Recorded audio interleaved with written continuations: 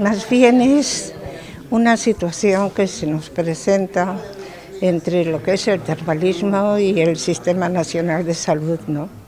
Estamos viendo que el Sistema Nacional de Salud está complicado en el sentido de tantos pacientes que acuden. Por otro lado, estamos viendo que hay menos médicos, entonces no se pueden atender tanto como ellos quisieran. Entonces hay que pensar que las aguas estas tienen unas virtudes que son medicinales, son aguas mineromedicinales y que de forma podían servir para ayudar a descongestionar los servicios nacionales de salud. Estas aguas mineromedicinales que reciben el nombre de medicina termal complementaria.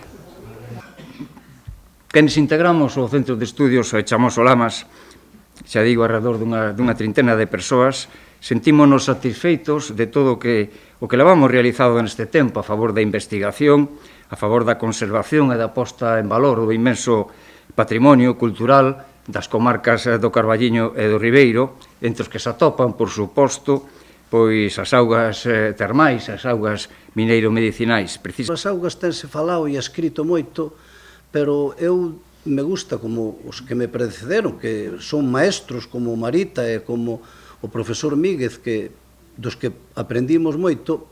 Claro, unha cousa é falar da auga como xogar ca auga, pero xogar ca auga, perfecto, o spa e todo eso é magnífico, pero se falamos de auga e propiedades terapéuticas, entón hai que falar de auga mineromedicinal cunhas características especiales.